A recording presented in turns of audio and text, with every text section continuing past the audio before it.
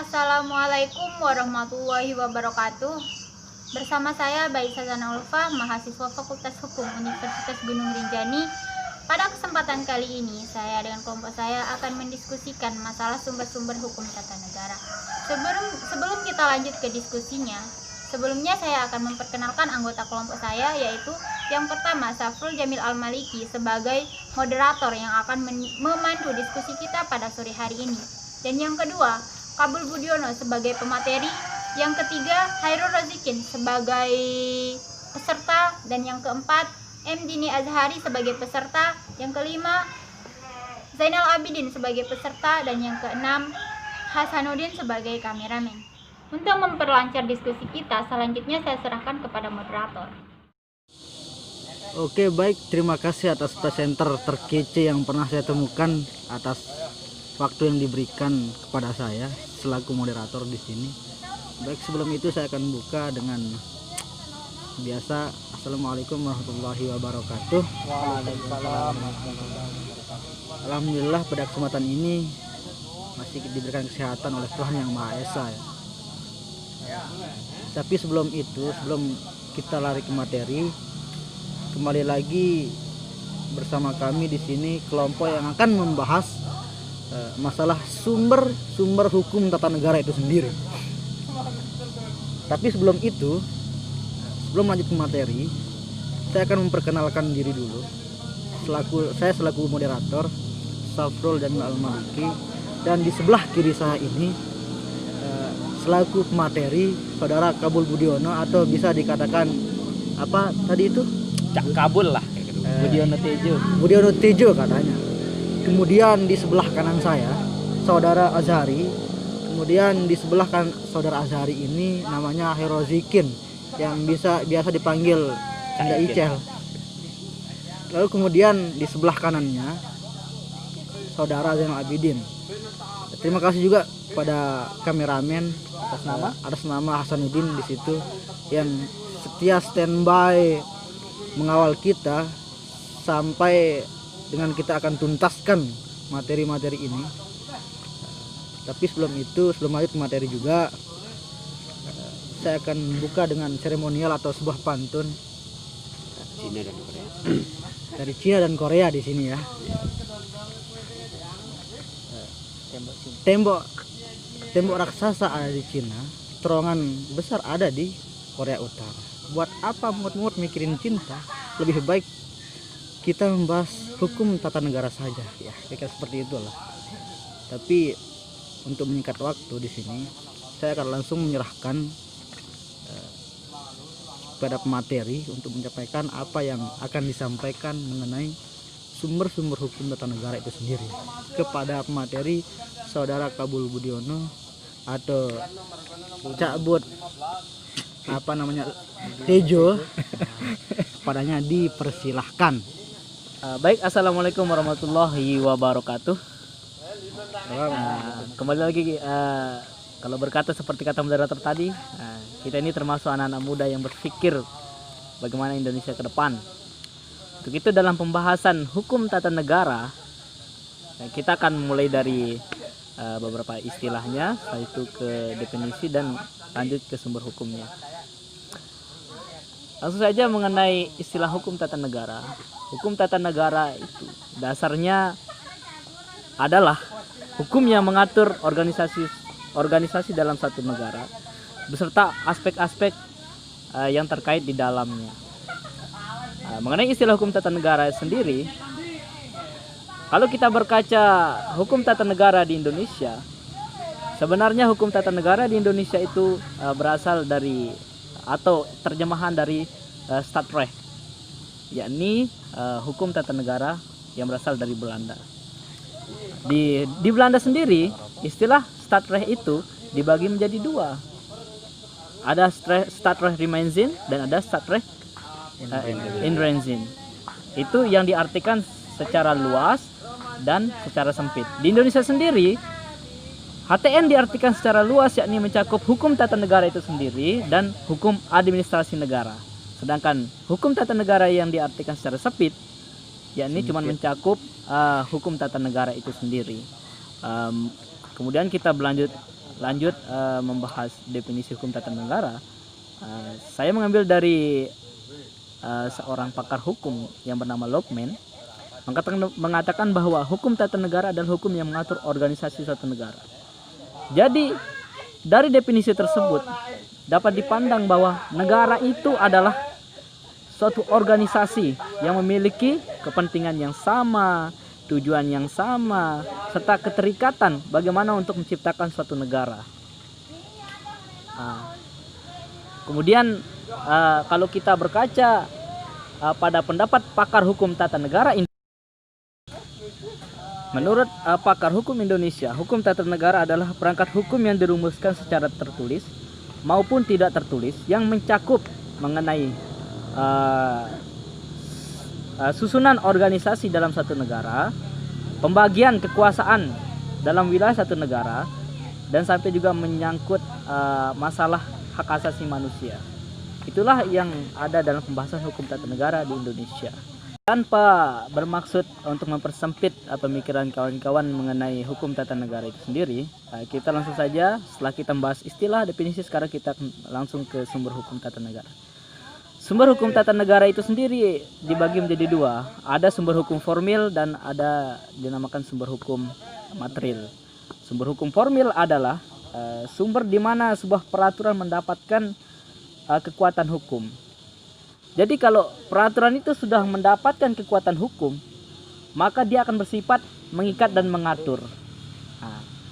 Berkaca dari sumber hukum formal tersebut, jadi teman-teman, kalau belum diikat secara formal, jangan mau diatur.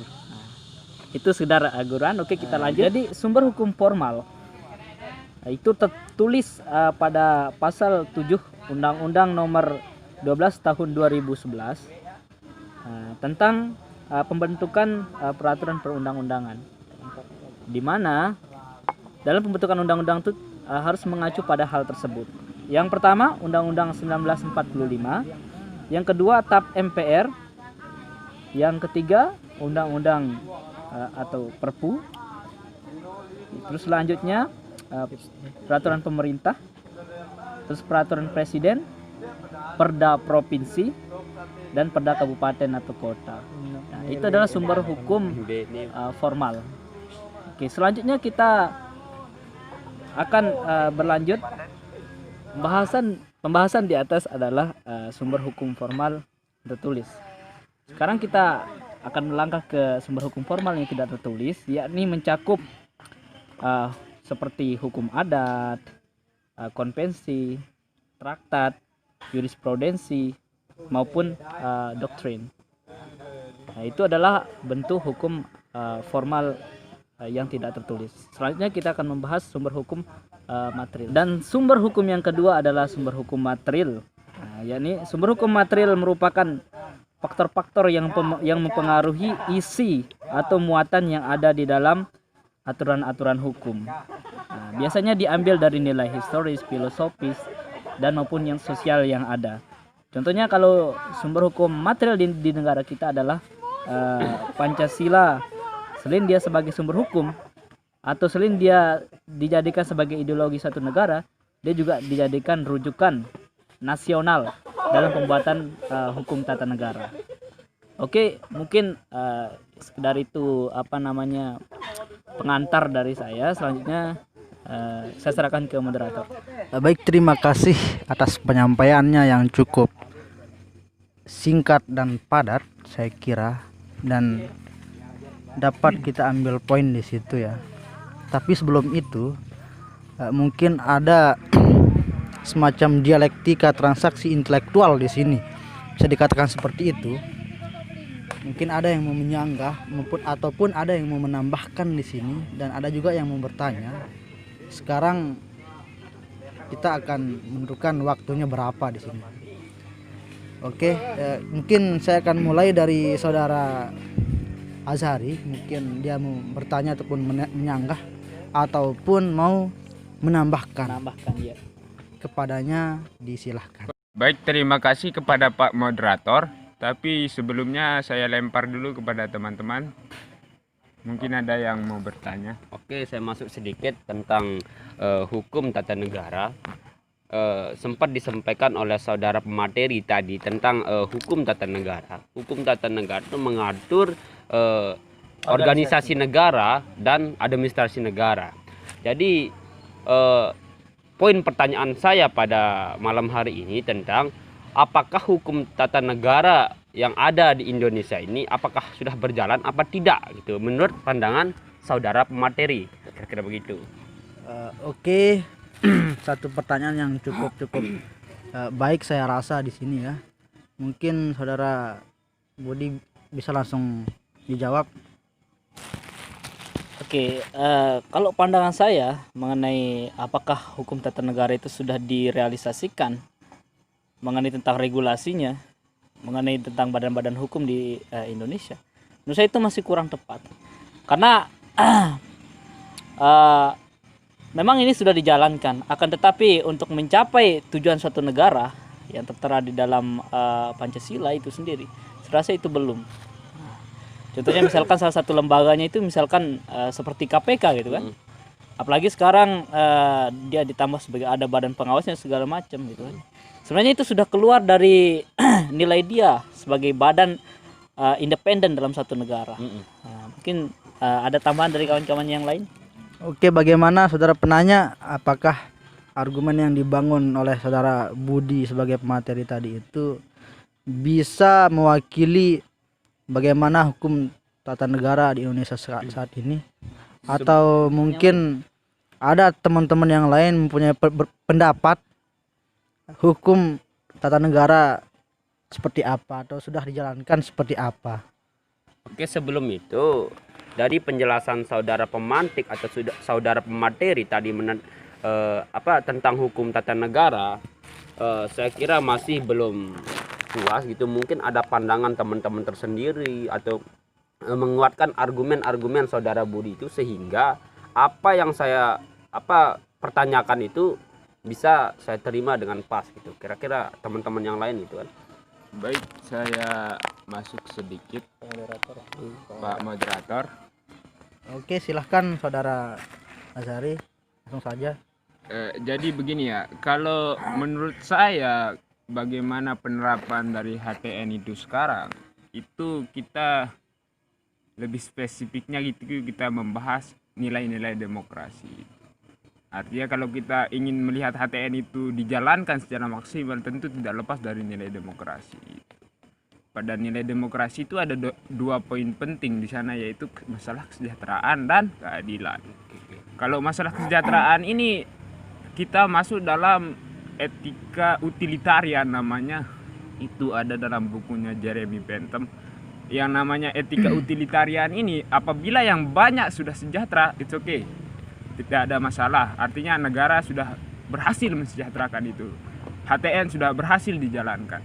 Akan tapi ada variabel kedua di sana, yaitu masalah keadilan. Nah, keadilan ini kita tidak bisa melihat dari yang banyak saja. Akan tapi adil itu artinya mencari yang sedikit justru. Kemudian itu baru kita bisa mengatakan bahwa HTN itu sudah dijalankan secara maksimal. Saya rasa demikian pemaparan dari saya. Mungkin ada sanggahan atau tambahan dari teman-teman yang lain. Kembali ke Pak Moderator. Oke, baik. Luar biasa. Saya kira sangat luar biasa apa yang keluar dari mulut seorang Azhari itu. Narasi-narasi sucinya itu bisa menggugah kita di sini ya. Siap. Akan tetapi mungkin di sini ada pendapat teman-teman yang lain dari saudara kita, mungkin dari perspektif istilah pakar-pakar hukum lainnya, mungkin ada yang timbul dari pemikiran-pemikiran yang lain, itu yang akan ditambahkan mungkin oleh saudara-saudara kita di sini. Oke, saya masuk sedikit Pak Moderator. Saya mau menyanggah katanya saudara Azhari tadi bahwa HTN itu sudah dijalankan dengan keadilan yang dilihat dari bawah saja. Tapi menurut saya itu kalau kita lihat dari bawah saja itu, kenapa orang-orang itu selalu banyak yang di bawah kolong jembatan kalau memang keadilan itu sudah dijalankan. Oke, terima kasih. Itu sanggahan dari saudara kita ya. Mungkin saudara Azhari bisa menanggapi apa yang dimaksud oleh saudara kita. Saya paham maksudnya itu. Bentar. Saya Oke. paham maksudnya. Oh, iya. Jadi beliau ini berpandangan bahwa seolah-olah sekarang orang kecil itu sulit sekali mendapatkan keadilan gitu kan. Nah, itulah maksud beliau. Ya baik, saya tanggapi. Jadi maksud saya di sini itu adalah itu baru ada potensi kita melihat untuk HTN itu dijalankan secara maksimal. Itu poinnya. Jadi kalau masalah keadilan ini belum dituntaskan oleh negara, tidak ada sedikit pun rasa optimis di dalam diri kita itu untuk melihat HTN ini dijalankan secara maksimal tanpa variabel keadilan itu sudah dijalankan dengan maksimal. Begitu maksud narasi saya tadi. Mungkin ada. Oke, ditangkap poinnya di situ ya. Baik, selanjutnya saya akan kembalikan lagi ke materi apa istilahnya. Mungkin ada tambahan dari materi tentang yang dibahas tadi oleh teman-teman di sini, ataukah kita akan menutupi diskusi kita? Oke, jadi sedikit kawan-kawan ya. Misalkan ketika mengenai masalah sumber hukum tata negara itu sendiri, sebenarnya ada beberapa hal yang harus kita perhatikan, terutama dalam pembuatan hukum itu. Contohnya sering sekali dibahas misalkan apa sih kedudukan sumber hukum di atas hukum gitu kan. Nah, sebenarnya ketika seseorang membuat hukum, dia harus memiliki dasar. Sebab tanpa dasar tersebut, hukum yang dibuat itu tidak memiliki kekuatan. Nah, makanya kedudukan sumber hukum di atas hukum itu, jika sumber hukumnya itu kuat, maka hukum yang dihasilkan juga kuat. Akan tetapi sebaliknya, apabila sumber hukumnya lemah, maka hukum yang dibuat itu juga akan lemah. Nah, bisa kita lihat dari aturan-aturan yang dibuat atau regulasi dari pemerintah yang dibuat. Nah, apakah itu kuat dalam masyarakat? Bisa kita lihat. Itulah mungkin sekedar statement closing dari saya.